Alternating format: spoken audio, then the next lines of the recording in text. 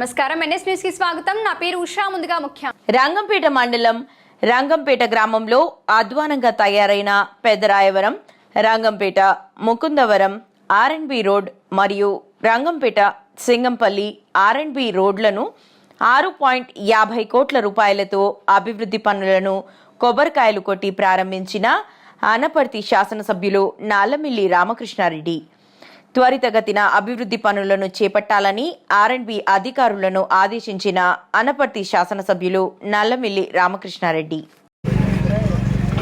ఈరోజు రంగంపేట నుంచి దొంతమూరు, రంగంపేట నుంచి సింగంపల్లి రెండు ప్రధానమైన రహదారులు రంగంపేట మండలంలో. దీనికి గత ప్రభుత్వ హయాంలోనే నిధులు మంజూరు కావడం జరిగింది. కానీ ఇక్కడున్న నాయకుల అసమర్థత వల్ల, చేతకాంతనం వల్ల ఆ నిధులు వినియోగంలోకి తీసుకురాల.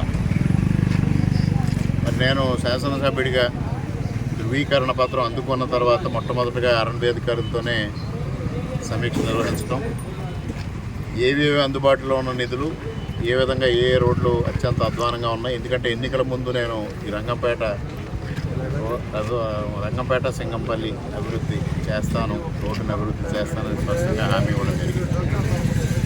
దానికోసం చూస్తే ఇది శాంక్షన్ కావడం, ఏజెన్సీ ఫిక్స్ కావడం, మరి గత ప్రభుత్వంలో ఉన్న చిక్కుముడు ఆర్థికంగా కాంట్రాక్టర్లకి పెద్ద ఎత్తున బిల్స్ పెండింగ్ ఉండిపోవడంతో కాంట్రాక్టర్ల ముందుకు రాకపోవడం, అప్పుడున్న చేతగాని నాయకులు కనీసం వాళ్ళకు ఒక భరోసా ఇచ్చి ముందుకు తీసుకెళ్ళలేకపోవడం, ఈ నేపథ్యంలో ఏదైతే అగ్రిమెంట్ వాళ్ళు ఎంటర్ అయ్యారో అగ్రిమెంట్ పీరియడ్ కూడా కంప్లీట్ అయిపోయింది.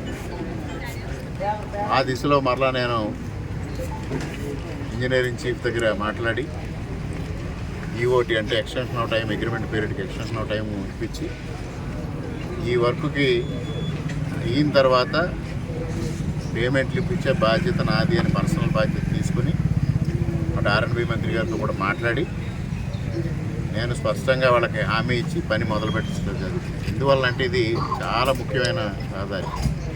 దారుణంగా ఉంది పరిస్థితి. ఇక్కడ గ్రామస్తులందరూ సీసీ రోడ్లు కానీ డ్రైన్లు కానీ కావాలని కోరుకుంటున్నా. ముందు ఆకలిగా ఉన్న మనిషికి ఎంతో కొంత అన్నం పెడితే చాలు, తర్వాత షట్రసోపేతంగా మొదలు పెట్టచ్చు అనే ఆలోచనతో ముందుగా ఈ వర్క్ మొదలు పెట్టడం జరుగుతుంది. మరి ఏదైతే పెదరాయవరం నుంచి మొదలుపెట్టి సుమారుగా ముకుందవరం దాటే వరకు ఈ రోడ్డు జరుగుతుంది. దాదాపు 3.5 కోట్ల రూపాయలు అది. అదేవిధంగా రంగంపేట నుంచి సింగంపల్లి వరకు 3 కోట్లు, రెండు కలిసి 6.5 కోట్లు ఈ వరకు ఈరోజు మొదలు పెట్టడం జరిగింది. 2 రోజుల్లో దీన్ని మొదలు పెడతారు. అదేవిధంగా గత చిరకాలంగా ఇక్కడ శివాలయం గురించి, రంగంపేట శివాలయం గురించి ఇక్కడ గ్రామస్తులు కోరడం జరుగుతోంది. శివాలయాన్ని అభివృద్ధి చేయాలి. గత 5 సంవత్సరాల్లో కూడా ఇక్కడ గ్రామస్తులు అప్పటి ఎమ్మెల్యే గారి దృష్టికి తీసుకెళ్తే నిధులు లేవని చెప్పడం జరిగిందనేది నా దృష్టికి ఒక 4-5 మాసాల క్రితం తీసుకొచ్చారు.